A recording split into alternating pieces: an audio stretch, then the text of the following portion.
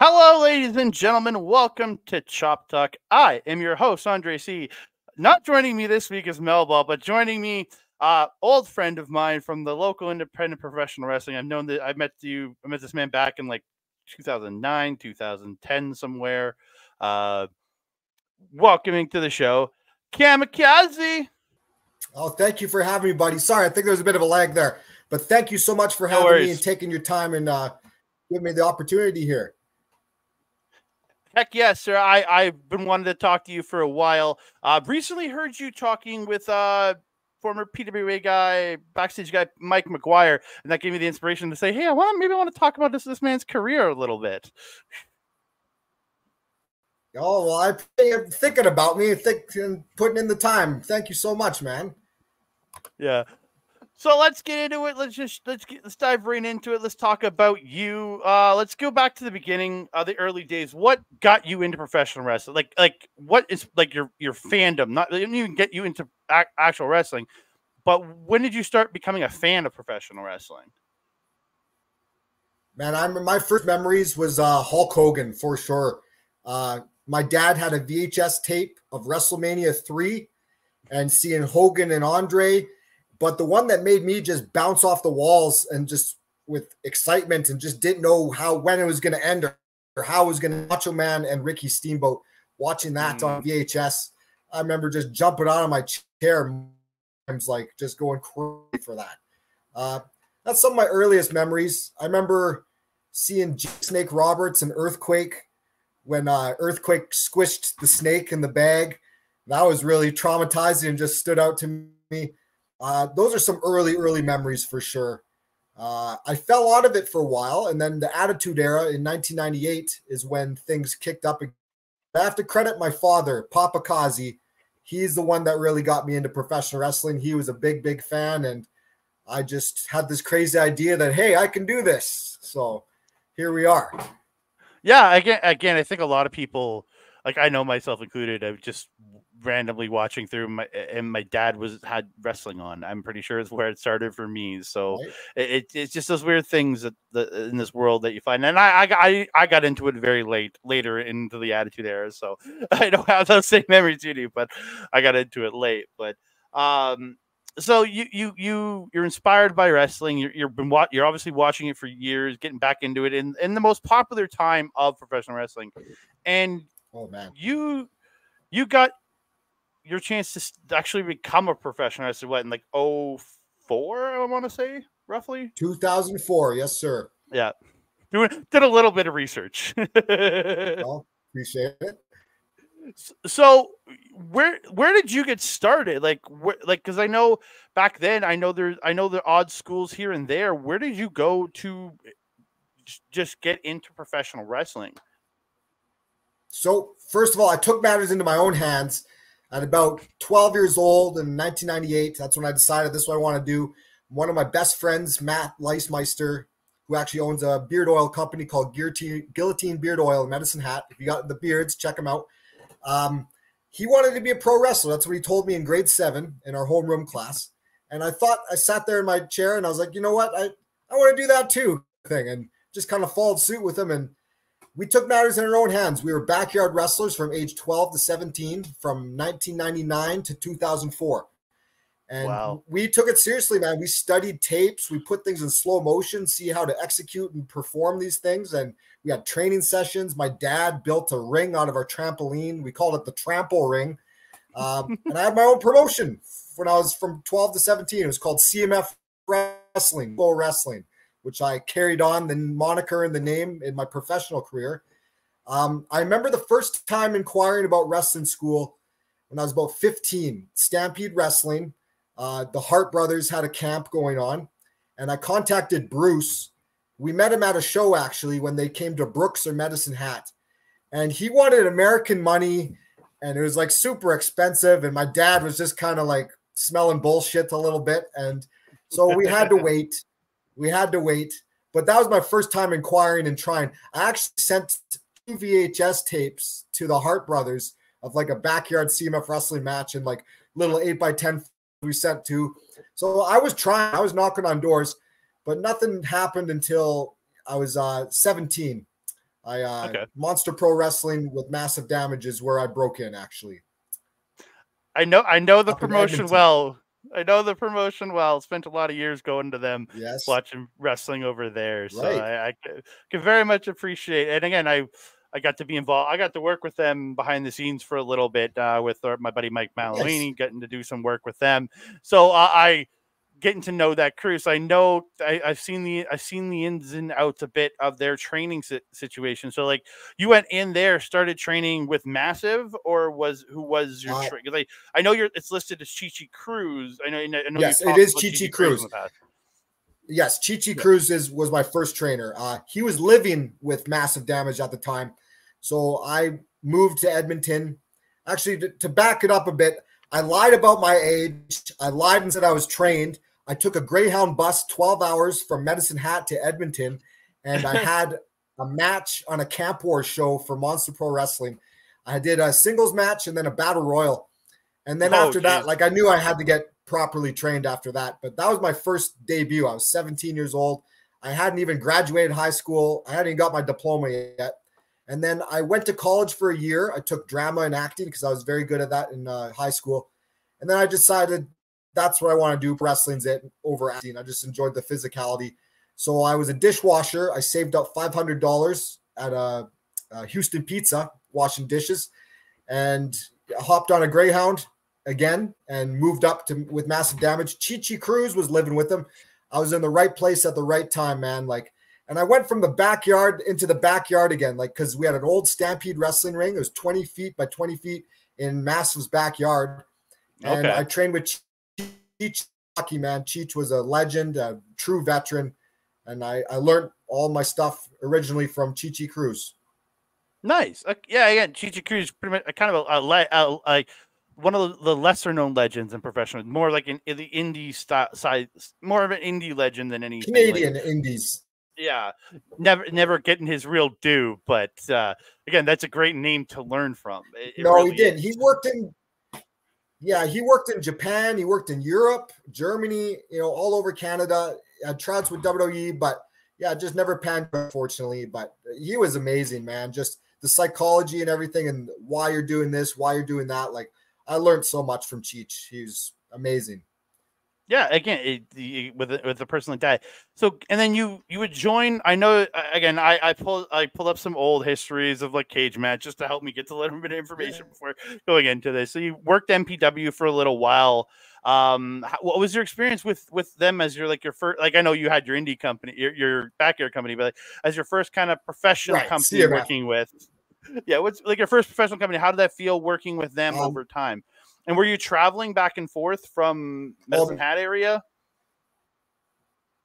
No, I moved permanently to Edmonton. I did. Before I even turned 19, I was like, I moved away a week before my 19th birthday. I couldn't even stay long enough to celebrate my birthday. I just had to get rocking and rolling. Yeah, I was in Edmonton from that point. My home base was Edmonton for 7 years. And Monster Pro Wrestling, I stayed with them for 3 years, I believe. Yeah, about that. It was right place at right time. They scored a TV deal in my rookie year. So we were on Access Television wrestling in 2006 all over Canada. Like, you could go on the TV guide and it would say like Monster Pro Wrestling on the thing. And we had a cool little time slot right after ECW on Sci-Fi on Friday nights. So we just caught those wrestling fans. It was a cool time, man. Like, graduating high school and then you're on TV already and stuff. It was a cool experience. No regrets there, man. It was right place, right time. Yeah, 100%. Because again, you have that opportunity. And again, I remember seeing Monster Pro Wrestling late at night listed on Access TV, right? and that old scrolling thing. And I'm like, what's this? And then I found out what Monster Pro Wrestling was, and I watched it, and I'm like, that's from here. And it wouldn't be for like 2 more years before I'd ever see. Like, I think I saw a couple indie events that would come through Morinville over the years, but like. Right. Monster Pro was the first realization of me going, oh, there's independent wrestling still alive in Canada. Okay. Yeah, man. And it got me into watching the scene. And then you would leave from Monster Pro and you end up going to PWA. and Correct. other promotions throughout. And that's where I ended up seeing you the first time I ever saw you. And I got this old picture on my Facebook from way, way, way back those early days of Facebook of you and me, but you're wearing a Spider-Man mask. And it's still one of my favorite memories when it pops up. Man, I forgot all about that, but I know the picture you're talking about because I used to wear a mask for 5 years, my first 5 years. And when the show was over or there's intermission, I used to have like an extra Spider-Man mask. It was an old Halloween costume. And I'd throw that on and just run around and do stuff or grab something or check things out. And no one knew my identity. So it's kind of just like a low-key way. But I remember that now. That's amazing. You got to send me that picture, please. I will. And I think you actually have on a hat that says kamikaze on it. That's the only reason. Well, that's not working at all, my secret identity. That's the only reason I know when I look back at the photo, I'm like, oh, that's the picture with Cam from way back. Dude, that's old school. I forgot all about that. I still have that mask. Still sits in my gear bag. Yeah. Well, you can't every now and again you just look at it and go, ooh, yeah. Think about the old days. Yeah, man. Amazing. So like I remember from those early days, you were working a lot of tag team wrestling with Eclipse. Yes. I don't know if anybody knows what a secret identity is and that it's been revealed now, but it is our local independent wrestler, the Omen. Right. I didn't say it. You did. I'm still gonna act like I don't know who he is, or he's a mysterious man, that Eclipse. They have a lot of similarities between the Omen and Eclipse. Let's say that. Let's just say that. They have a lot of similarities. Yeah, I've never seen them in the same place at the same time. So true, very true. So, getting into that with him. I have the thumb drive you sold me at a show a little while back with all the videos. I was watching through over the last week, just watching old matches just before we talk. And awesome. I was watching some of the Brothers in Flight stuff, and I was like, it brings me back because like I have pictures on my Facebook from meeting both you when you won the tag team titles in PWA and getting a picture with you guys, and it's those kind of things that I love.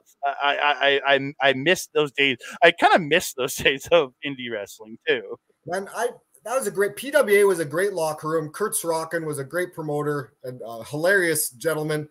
Never a dull moment around Kurt Sorokin, that's for sure, man. Like that whole locker room was great. It's a lot of good memories. And yeah, man, Eclipse, my tag partner, the Brothers in Flight, like what a great human being. I got nothing but good things to say about him. Just a salt of the earth guy. You have a lot of acquaintances in wrestling, but he is a true friend, Eclipse, for sure. And we tore it up. We gelled and we good chemistry. Good tag team, I think, Oh, I loved you guys as a tag team. I thought you guys worked so well in there. And again, the two masked guys, just you kind of get that gives you that good feel, right? In there. Yeah. 100%. Yeah. So and I know this from years ago, looking back at stuff, you actually went and trained a bit with Lance Storm during your time in PWA, right? Yeah, we would dabble in there. A couple sessions in Monster Pro Wrestling, actually. We'd go on a weekend. And Lance was kind enough to take his time after all he's training guys all the time, 5 days a week, but he'd still take his time on the weekends, do some sessions with us. But then I actually enlisted in his school in 2012, and I did a full 3-month session from start to finish. And I really credit Lance for just like polishing me up and like just really breaking a lot of bad habits I never knew I had. He really polished me up, man. He's a great, fantastic trainer. I would actually say like, he's almost better to polish guys up. Like, don't get me wrong, it's good to break in with someone like that, but his curriculum was only 3 months long. And sometimes that's not enough time for like brand new guys, to soak all that in 3 months. But if you already had some experience prior to, and you go and train with them like I did, like, holy smokes, like things just clicked. And I can't credit him enough, man. He was so helpful, beneficial. It was one of the best decisions I could have made. He polished me right up. Yeah, I remember again one time all those years watching PWA and seeing like just a bunch of. I remember the load of Australian guys that came through that were training. Yeah. They were already trained, but they went to work with Lance, and you saw them just get so much better in those 3 months. And again, Lance right. So many people have come out of his school, and again, I'm happy he gave you that ability, because I always wondered, why did he go back to school? Like, again, I always wondered that. Yeah, Well, you know what? The thing with pro wrestling, man, is you can never stop learning. Like, I'm just out there all the time. I've done so many seminars and tryouts, and just, you know, all the seminars I kept my eyes out for, just training with legends and guys that are better than you, have been there, done that, made money. That's what you got to do. If you're just stuck in this bubble in Alberta and thinking you're all that, and you're not trying to better yourself, like, that's the wrong attitude, wrong way to go. Like, you got to get out there, you got to travel, and you got to look for these seminars and these tryouts, and just, you know, expand your horizons. I've done that my whole life, and I'm grateful. I have quite a grocery list of people I've got to train with, some that are actually deceased and gone now. So I learned a lot from a lot of these legends. I'm very grateful, and I'm obligated to on now to the next generation as well. Oh, heck yeah! I could imagine some of the guys in the locker room now with you working. Like, you've been around the world now, like, because you went from PWA. I know I watched you for a few years. I got to work with you a little bit in RCW when I was working the ring crew with them back in the teens years, before I got into ring announcing with them. And I know you worked there. And like, how is it transferring over to RCW from working PWA for 20 years? And I know you worked some RCW in that time, and Sure. you went, yeah. I'm just looking at more like, these are the companies I witnessed you working over the years, at least. Well, the reason I made the jump, I had PWA for several years, and then I made the jump to RCW and then other local independents, was because, unfortunately, at the time, Kurt Sorokin wouldn't allow you to work other places. Unfortunately, he was kind of just like stuck, committed to PWA, and like, there's just so much more opportunities going on. Like, the big straw that broke the camel's back was when Heart Legacy Wrestling popped into town, and I had an opportunity to work there. And it was basically, I was just given an ultimatum, either PWA or, you know, go on your own and be a true independent wrestler. And I chose to be a true independent wrestler, and I don't regret it. PWA was amazing. I have nothing but good things to say, but I don't think I would have grown as a wrestler if I just stayed there working twice a month for months on end. You know what I mean? Like, I had to get out and about and travel. And when I left, man, I worked with Harry Smith. I worked with Trent Beretta. I worked with Chris Masters. I worked with Jack Evans, Teddy Hart, El Samurai del Sol, you know, just all in one night too. Yeah. After leaving Peter, like, it was a no-brainer. Like, just to help further my career, you know? Yeah, I was going to ask you about Heart Legacy and the eventual the Next Generation Wrestling show that came out of that. Right. How was it working with all of them? Because again, you worked with legends. Like, I'm looking at the match here. You worked the Lucha Libre match. You had Brian Cage, Flip Kendrick, Pistol Pete Wilson, who was Brian local. Cage, yeah. Yeah. You had, again, David Boy Smith Jr. Sami Zayn, El Generico. I worked him in his last match. Yeah, and then the Samurai del Sol, who would go on to be part of the Lucha Brothers, and now is back on the indie scene now. Trent Beretta. It's like just crazy names, man. Very thankful, very lucky. Yeah, man. If I would have stuck with PWA, none of that would have happened. So everything happens for a reason. Yeah. And then to answer your question about RCW, go ahead. Oh yeah, no, that's what I was going to lead into. Yeah, go ahead and talk about RCW if you want. Oh no, with RCW, it was just more extra work for the boys and myself, and there was you weren't tied down. You could be a true independent wrestler, a true independent contractor. You work here, you can work there. There's going to be no flack for doing this and that, and it's just good for everybody. Like, I get the idea Kurt had that, you know, he wanted us exclusive to Edmonton, but at the same time, none of us getting that much once a month. You know, pro wrestlers need reps. We need to be out there on the road, working as much as we can, getting as much experience as we can, working with people better than us. Like, and it's just not going to happen working once or twice a month for one company.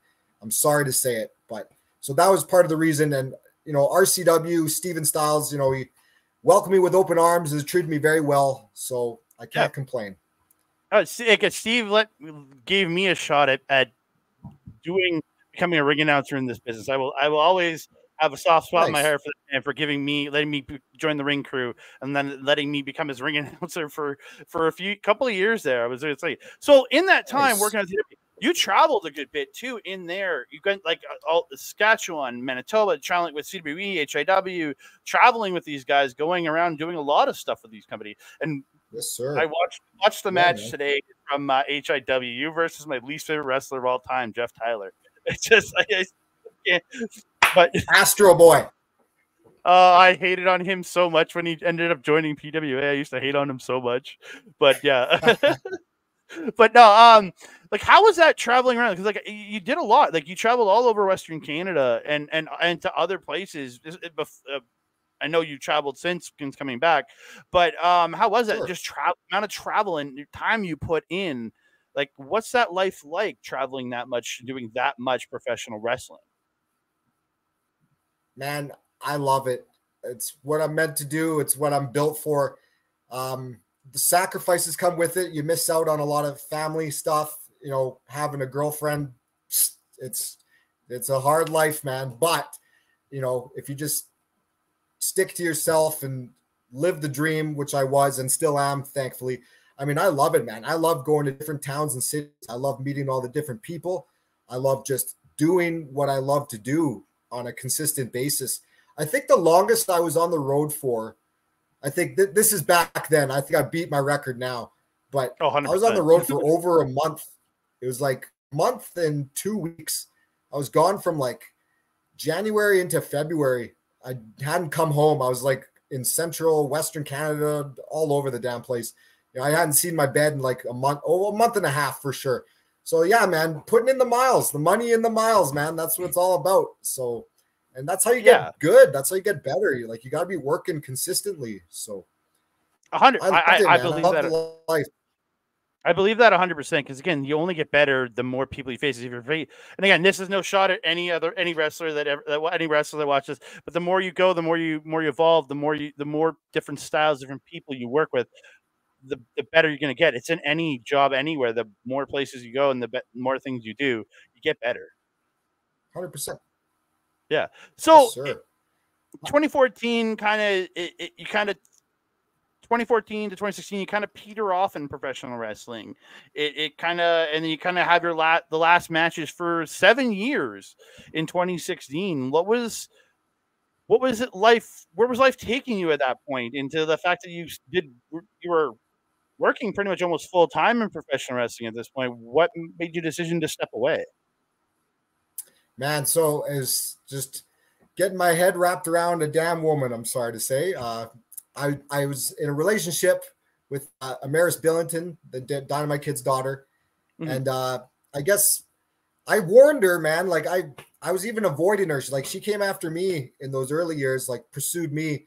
But I just knew I wouldn't be on the road. I'd be on the road a lot. I wouldn't be around. You know, financially, it's a tough life. Like, mm-hmm. But you know, she wanted to go at it. She wanted it. So I ended up falling madly in love with her. And it was good for a while, but then, you know, everything that I warned her about basically started to come to fruition, that I'm not around a lot. Financially, things are tough. Like I can look after myself, but with two people, it gets tough on the independent level. And yeah, man, things started to fizzle out and she couldn't handle that kind of life. And I don't blame her, but I tried to warn her, but it really screwed my head up. You know, I loved her with all my heart, and it just made me feel guilty for being me, for being a professional wrestler. And for a long time, I felt bad. I felt bad for being a wrestler, just for losing at the time that I thought was the love of my life, another woman. And I gave up on myself in a lot of respects, man. I just screwed my head up for a long time. And I just tried to be normal and live a civilian life. Tried to get her back. Didn't work. And I was lost for a while. But I think it was the analogy. I was like forged in a fire. Like I was being sharpened. Those 7 years, I was being prepared for my big return here. And I did a lot of different things. I was in home care for a while. I looked after a gentleman with MS. I was in home care for 3 years. I looked after, his name was Jerry Berg. And that was a blessing. I'm very blessed to have met him and worked with him. And next to professional wrestling, I think home care is one of the best things. One of my favorite things, honestly. It's just very fulfilling next to professional wrestling. And unfortunately, he passed away Hmm. And No, go, after that is when I was like, okay. He passed away. Huh. It's like, I'm not getting any younger. I still miss this and love this. And I decided to get back on the boat, man, get back on the horse and get back into wrestling. So yeah, 100. I got 100% respect to you. For anybody that is in that home care world or is in taking care of any other human, it's so I have in my personal life, I'm watching people take care of somebody, and I know how tough it is, and I got 100% respect for that. So you life puts you back on the path to coming back to professional wrestling. So I know you made your way back, but you decided to go across the pond to make your yes. way into professional wrestling.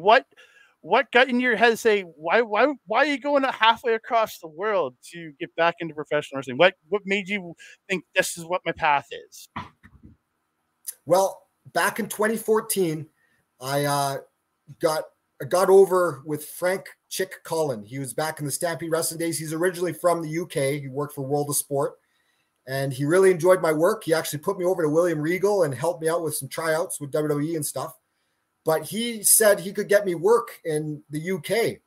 And this is back in 2014, but then my head got all screwed up with the relationship stuff. So it never came to fruition. But when I decided I want to get back into this later, I was like, well, let's pick up right where we were supposed to leave off here. Like I was supposed to go to the UK in 2014. Let's do it now. And I just looked at the scene in Canada and like, there's some new faces, of course, but there's still a lot of the same old faces. And I just felt like I needed a change. I needed to work with people I'd never met before, people better than me, just a whole new environment. And the UK was it. Europe was it. So I got on a plane. I came in cold, didn't know virtually anybody. I knew Dick Richards. That was about it. Dick Richards kind of helped me. I haven't heard that name in years. Holy moly. We're pals, man. We're really tight, Dickie and I. I missed that man. I thought me too. When he was over here, when he wrestled here, living here, I thought that man was one of the most entertaining professional wrestlers I've ever seen in my life. He in ring, he was so good, but like it's how he could be everybody's favorite good guy or just make you hate him with the drop of a hat. He just had that utter perfect charisma in professional wrestling. I agree 100%, man. He's awesome. He's the man. So he helped me get over to the UK. I stayed with him for a bit. And then I lived with a rookie wrestler named Nathan Angel. Look him up. He's a top prospect, man. He's wrestling in Germany and the UK right now. And I lived on a farm with Nathan Angel. And we didn't have a lot of downtime, but when we did, we just worked on the farm, herded sheep. It was an adventure, but man, I was wrestling 8 to 9 matches a week. I banged out 70 matches. I stayed there for 7 months. So I did 70 matches in 7 months. It was awesome. Wow. It was exactly what I needed. Confidence back, get my traction back. And I came in cold. And by the time I left, like I got myself over and I got over with all the people and the promotions. And I still get messages, when you coming back? When you coming back? And I most definitely will be making a return eventually here. Oh, yeah, 100%. Because, like, especially going over there, doing that in 7 months, running 70 matches. I know this year, I was just off the cage match counter alone, you've already had 85 this year, but do 70 in 7 months. That's a pretty damn, especially going in cold. As cold you're saying, you hadn't wrestled in 7 years at that point. Yeah, that's impressive to get back in and go that hard into it. Like, before we move back to you coming home, how like went over there? Like, how did it feel getting back into the ring for the first time in 7 years? Like getting in there, training, feeling those bumps coming again. How'd that feel for you after so long? In respects, it was like riding a bike. It's some things you just forget. And during my time, those 7 years, it's not like I was scared and felt bad to go to shows and be a wrestler, but I was still studying and watching old tapes and DVDs all this time. So that 7 years, I was still learning and I was still soaking things in. And so mentally, I was definitely in tune. And when I got there, like it was like riding a bike in a lot of respects. But I remember they don't have a lot of salt in their food. And I had big troubles my first month, cramping up so bad. Like my body was just cramping up doing all the training sessions and stuff like that. And then I was talking to Rick Victor, APOC from PWA. And he's like, yeah, dude, one of the issues might be they don't put salt in their food like they do in North America. So like you might need a little extra electrolytes and salt in your diet so you don't cramp up as bad. And I think he was right. That was a big thing. But I was pretty beat up from going 7 years not doing anything and then just wrestling again. That first month was pretty rough on the body. I remember I got off a plane when I first got there and I went straight to Play Fight London, a wrestling school in London. I literally like flew 8 to 10 hours and I got right on the bus and then went to training like immediately. So like my body was just cramped up from sitting in a plane for fucking 10 hours. Excuse my language. And go ahead. Yeah, it was hard at first. But like I said, it was like riding a bike and I got back in a groove very, very quickly. Yeah. Again, doing that much. And then, so you do your time, you do your 7 months over there. What gave you the drive to come back to Canada? Like is it just wanting to come home to see family and all that? Or yes. is it just, my sister had a child and I missed the birth of little Jordy and I just needed to get home. Like I think the longest you can stay is 6 months. And I pushed it 7 months as a tourist. So I had to get back.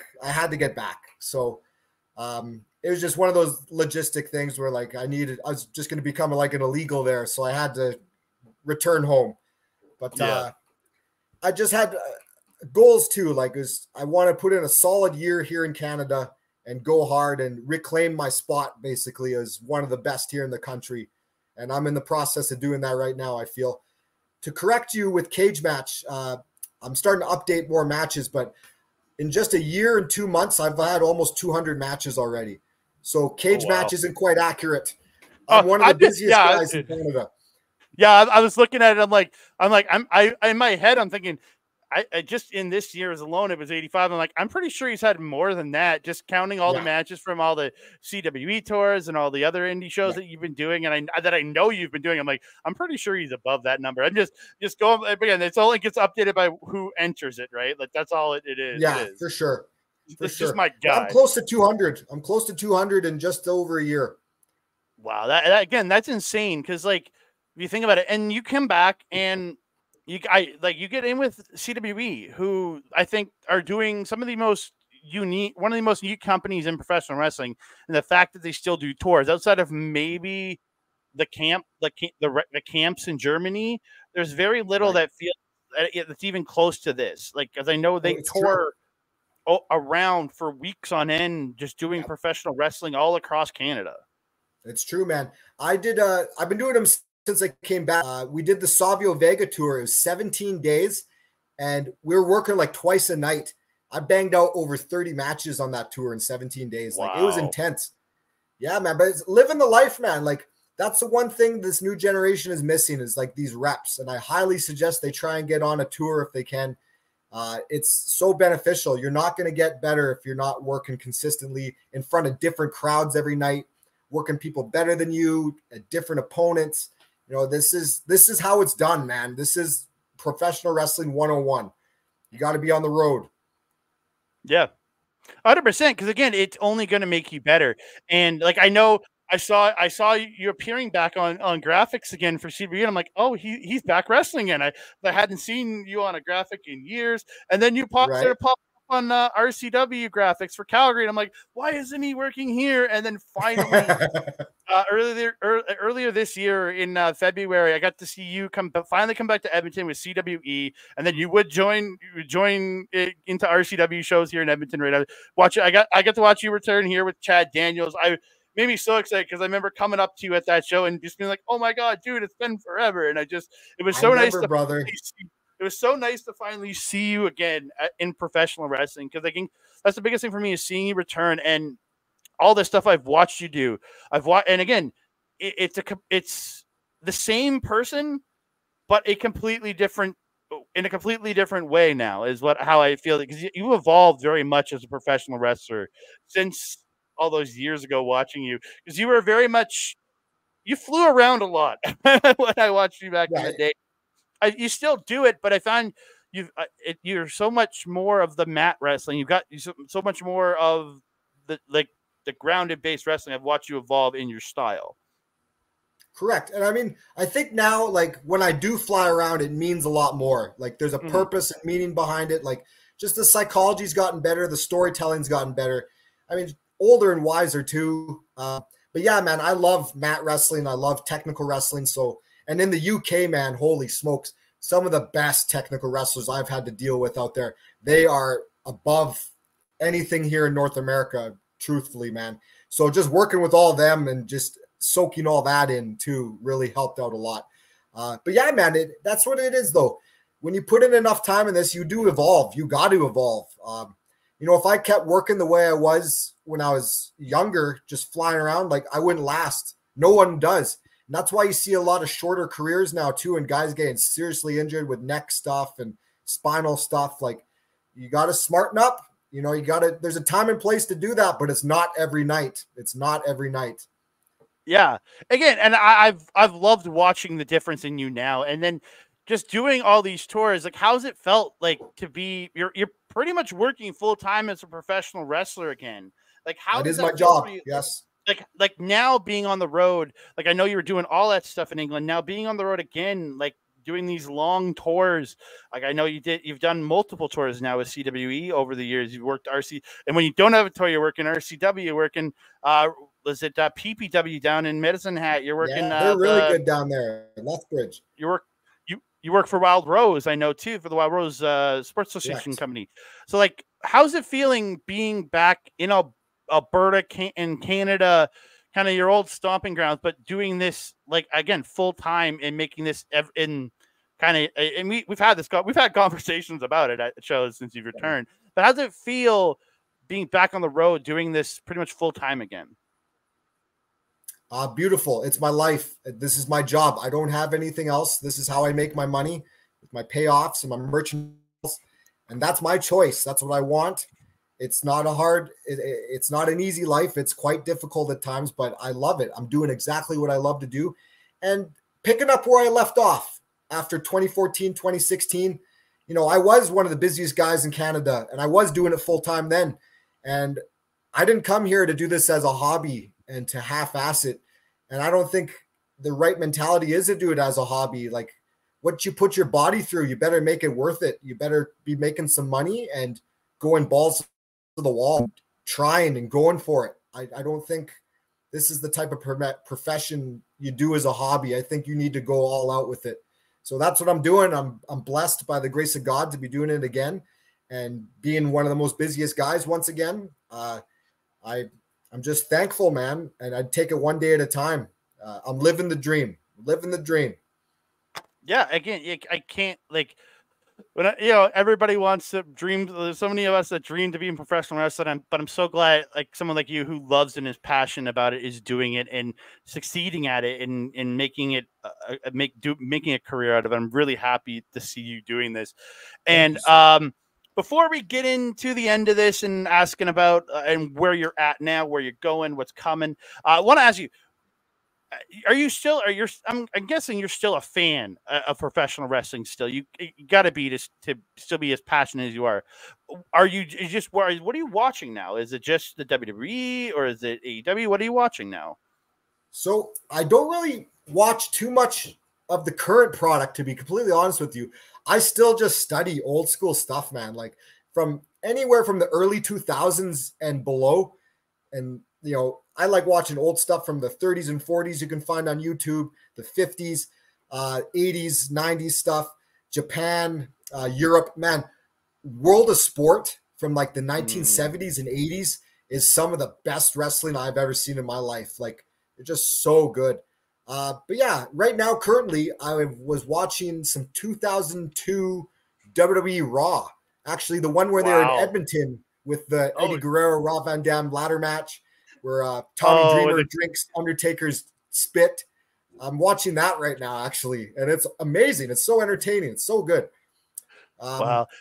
I sometimes catch SmackDown because I travel a lot with Cody Mack. We're a tag team, the Gas City Grapplers in Lethbridge.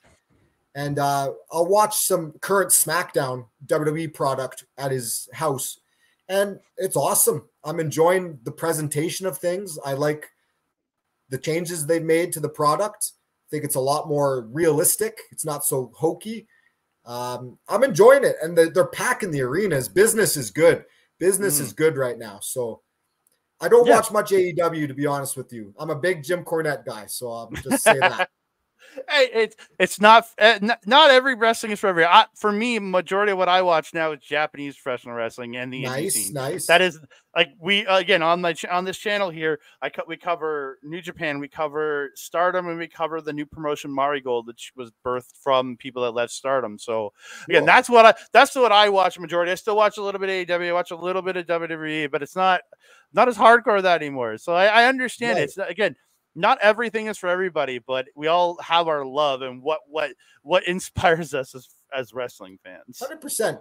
I think right now there's a good boom at the moment. I'm lucky to be in the right place at the right time. Like WWE's business is doing excellent. They're making money hand over fist, and it's trickling down into everything else. You can see it with the attendances and the houses that we do. Like we'll run CWE on a Tuesday, Wednesday night, and it's a great house for a Tuesday night. Like wrestling is kind of hot again, which is refreshing to see. Yeah, I've been to the CWE shows when you guys have come into town, and you're filling the place up. The crowds are loving it. Just watching you in there. I loved you and Andy Anderson the last time you guys were in Edmonton for CWE. You two had just it. I think he is probably the best heel wrestler to ever exist, at least on the independent wrestling scene, because he has such a great ability to just make everybody hate him. And I think you are such a good guy in professional wrestling. You have that utter ability to get the crowd to just feel for you and get behind you. And I think it made just a great pairing between the two of you in that match. Well, here, let me tell you a little, it's kind of a no-brainer, but some promoters can't wrap their brain around it. But you get a good hell of a baby face, you get one good hell of a heel, and you get magic. That's what you get. That combination together, it's magic. And that's what I strive for. Like, I want those dastardly bad guys that are getting heat. Like, I want that, man, because you put that together and me together, and it turns into magic, man. An emotional roller coaster. For sure, because again, it's just so much when you have those characters. It's the same thing. But you look at like a Danny Duggan. You put him against a guy like you. He's so good at getting people to hate him. AJ Sanchez, same thing. I'm kind of looking at the stuff from the last tour. I could just imagine being in any of those places and just loving those, because so many guys that are just such good heels, and you're such a good baby face. It just makes it work so well. Yes, sir. That's the combination, man. It's magic. It's simple mathematics in pro wrestling, and it works every time. Danny Duggan is like, probably I've had some of my best matches against Danny, to be honest. Like, he is one hell of a competitor, hell of an adversary, a foe, my nemesis in a lot of respects. Like, it's always a crazy matchup when the two of us get in there together. So, yeah. So this is going to be dropping tomorrow. As we record this, it's Monday. We're going to be dropping this tomorrow on Tuesday. Where are you going to be over the next little bit? You got any CWE stuff coming? Any more CWE tours coming? Talk about it. Let's tell people where to go find you. All right, awesome, man. So this coming Thursday in Calgary for Real Canadian Wrestling, I'm defending the British Commonwealth Championship against Dalton Rogue. Then we're in Hussar on Friday for Real Canadian Wrestling. And then the following weekend, there's a double shot with Lethbridge and Tabor for Pure Power Wrestling. And then after that, I'm in Calgary and Edmonton once again at the end of the month for Real Canadian Wrestling once again. And then CWE, the next tour will be in November. So there's a little bit of a break there, unfortunately. But, sometimes that's okay, and I'll just work more locally, that's all. But, yeah, and then also Can-Am Wrestling, there's talks. Hopefully by September, we'll be doing some business there. Same with Wild Rose. But yeah, staying busy. The schedule is filled up. September, October is looking good. So yeah, man. Thankful for the work. That's perfect. Because again, it's all you want to hear I want to hear that there's more and more independent wrestling happening, because it just means so much more people can discover what a joy going out to your local I've gotten people for old coworkers to come with me to indie shows that Yeah. always look at wrestling and go, oh yeah, professional wrestling stuff. And gee, you convince somebody to come to a show. When I was in Montreal like 8 years ago, I got my cousin to come out to indie wrestling with me. He ended up buying a T-shirt because he enjoyed a tag team so much. Like it's those little things that it's so different from watching on TV. But when you go to your local independent wrestling scene, that's why me and Mel have our show Chop Talk, where we report on everything we see because we want to talk about it. We want to report on it because we love it. We love it. We love to hate on some people. We love to love on other people. But it's independent wrestling, and again, it's the lifeblood to me of professional wrestling. It is. That's where the future stars of tomorrow are, and that's where the pulse of pro wrestling is. Essentially, it's like that's the lifeblood, as you said, to steal the words out of your mouth. I love that. I love hearing that. That's a beautiful thing to me. I mean, the true art behind this is, you know, I mean, like you have like the super fans that are always going to be there. I don't cater to them, because they're going to be there anyways. What I try and cater to is your average 9 to 5 people with families, you know, children. Those are the people that are going to expand your business and make it grow. And if you can get someone that might be a closet wrestling fan or maybe never even heard of it, and you do this correctly and you do it right, you can make a fan out of them. And it's beautiful, man. I love hearing what you just said to your buddy buying a T-shirt. And, you know, that's the art. That's the art behind this, is just selling tickets, putting asses in seats, you know. If it's done right, it's a beautiful thing. It really is. It's all so enjoyable. So yeah, we can find. I'll be putting links to CWE, to RCW, to all that in the links below. I'll make sure people can find them on the Facebooks and their websites and everywhere else, so that they can come out and find you and see you. Because again, I've loved talking to you for these last 45 minutes. Because again, I've known you for a lot of years, met you way back, and I'm so glad to see you returning. You've returned to wrestling, and thank you. Just and doing so well with it too. Thank you, sir. I'm blessed, man. Every day is a blessing. I don't take it for granted. I'm very thankful. I got to put over the good Lord above. I wouldn't be nothing without, you know, my family and the Creator Himself. I'd be nothing without them. So just one day at a time, man. Life is a blessing, and I'm thankful to be back. Thankful to be back. So before we get out of here, where can the fans find you if they want to get in contact with you before they get it out to an indie show? Well, I have an Instagram, a YouTube page, and someone just created, a very good person just created a Facebook fan page for me, because I go back. But Instagram's my main one. I'm on there. If you message me, I will reply back. But it's all the same. Kaze CMF for life, KAZE CMF, the number 4 life. Kaze CMF for life. That's for Instagram and Facebook. You can find me on that. Yeah, if you want, if you're watching us right here, it's going along the bottom. I'll have it in the description box down below. It'll be able to click at it. Go and check out his YouTube page. Go check all the videos. Go check out all of that, 100%. And then, yes, check out cwecanada.ca for all the information on when their next tour is, and all the other matches before they even get back to tours. I know they're going to be having stuff in between, so check them out for all the great independent wrestling that I'll be having in Winnipeg and Ontario and everything. And the other company you work for, Real Canadian Wrestling, you can find Kamikaze there with his British Commonwealth Championship. I'm praying you retain that on Thursday, so... And then so check them out on Facebook. You can find me on all the socials at that Canada guy or at that Canada dude. And right here on a YouTube page. You can find me over at BAM Weekly on the Facebook page. And over at twitch.tv/our local establishment. Also give a big shout out to our boy Mike the Ref. Backbreaker Video, simulcasting all of this stuff. You can find them over there, youtube.com/@Backbreaker Video, twitch.tv/Mike the Ref, and youtube.com/@Backbreaker @Backbreaker_gaming. You can check out all the great content from him over there. Cam, I just want to say again, thank you so much for joining me here. I really do appreciate having you join me here and just chat about everything in your life in professional wrestling. Oh man, thank you for taking the time. And we just scraped the surface here. I'd love to come back again sometime, brother. It's Always a pleasure seeing you at the events. You and Mel. Say hi to Mel for me too, please. And thank you for your support. Thank you for your support. 100%. And when you see Kamikaze at a show, pick up the USB drives. There's some great classic wrestling on these. I've been watching this. I love this. There's so much good stuff on these thumb drives, and all the rest of his merch he has there. And any other indie show, if he's not there, go check out any of the guys at their merch booth, because again, you don't know how much that supports these guys when you hit up their merch booth and pick up a T-shirt, a sticker, an 8x10, whatever they got. Go give them support. Again, I know they all really do appreciate it. We do. Thank you so much. So thank you all so very much. Thank you for joining us here on Chop Talk, a special chat with Kamikaze. Have a great night, ladies and gentlemen.